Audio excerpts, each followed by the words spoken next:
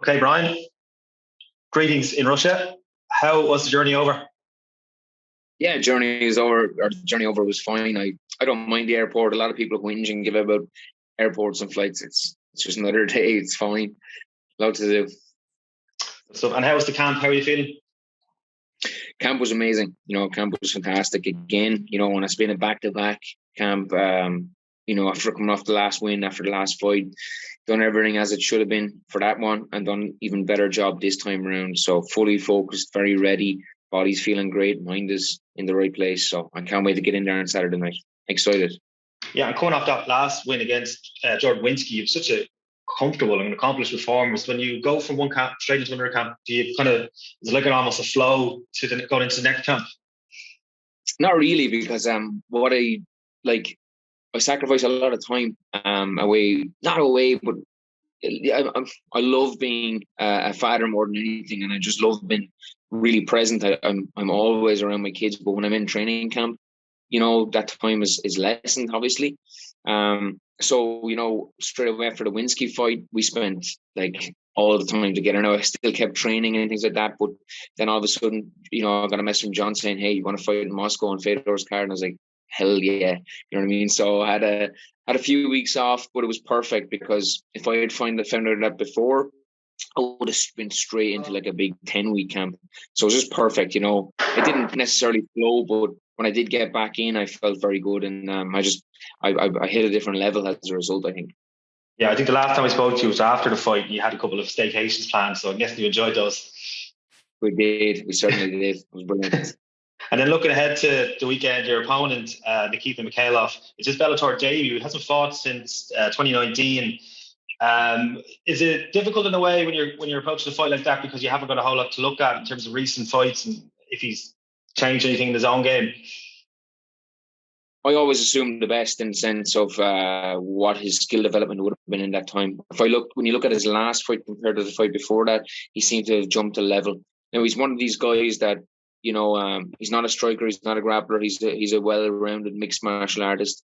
He'll come out striking orthodox, he'll come out striking southpaw. Another fight he'll switch stances and constantly switch stances. So to say, sometimes he'll be a pressure fighter, other times he'll play the Machida game. You know what I mean? It doesn't really matter though. I've seen this time and time again. I'm a veteran in this game, and I'm in my prime, I feel, or coming into my prime at least. So, I've done my homework on him, but I know myself inside out now, and I know how to beat him, no matter which way this fight goes, no matter where he tries to put us. I'm ready for anything that comes.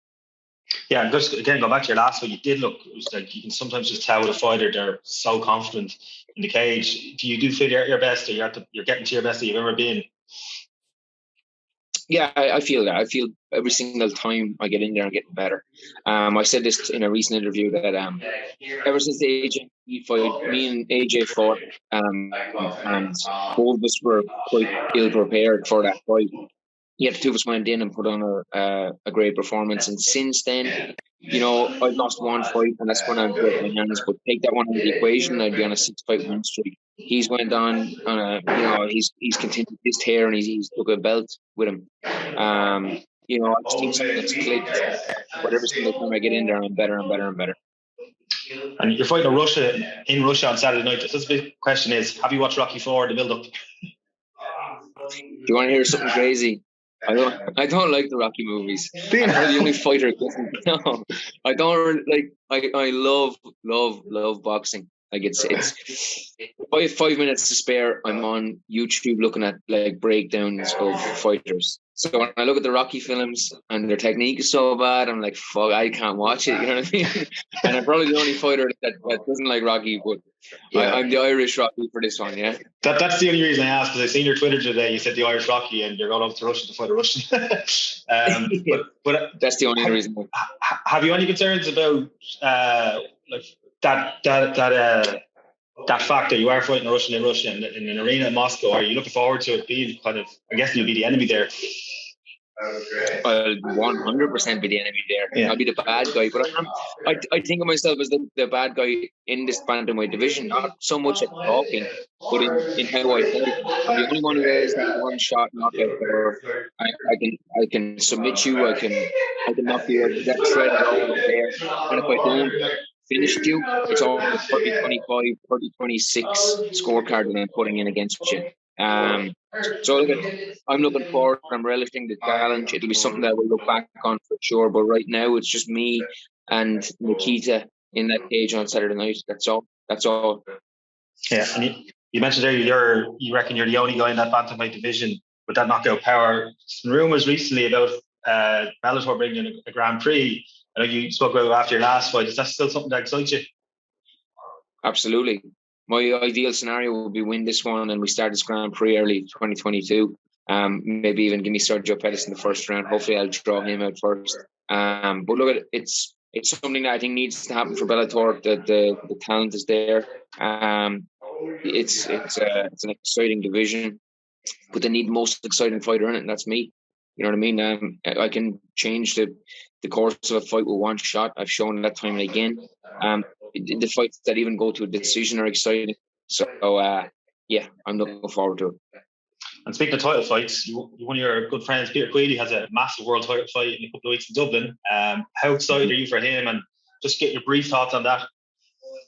Oh man, I'm buzzing for Peter. He's one of my closest friends, and definitely the one of the better friends that I've made in this sport, without a doubt. So to see him get his dues, that's what they are. He's not getting a title fight for any other reason than his work ethic and performances that he's put on. And I'm buzzing for him. It's a 5-rounder as well, which plays into Queally's hands. I've never seen a better, more conditioned athlete. He just I'm gonna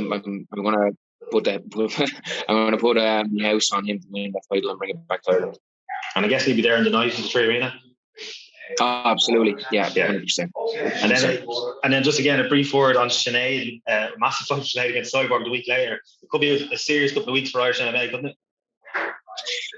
Yeah, absolutely, and it's both are stiff tests. Like Patricky is a great fighter. Cyborg is probably a legend in her own right. But Sinead looks fantastic in training. I always move around with Sinead. She hits so hard. She hits frighteningly hard, and that's what I think separates her from the rest of the division. I don't think Cyborg has a legitimate threat in any other opponents, but Sinead can fight it simple as that, and she's probably the only one in her division that can do that. Okay, well, Brian, it's great to get your thoughts on those, and the best of luck on Saturday. Hopefully speak to you after another win, maybe later on next week when you're home. But again, best of luck, and I hope it all goes well. Thank you very much. I appreciate it. Thanks a million.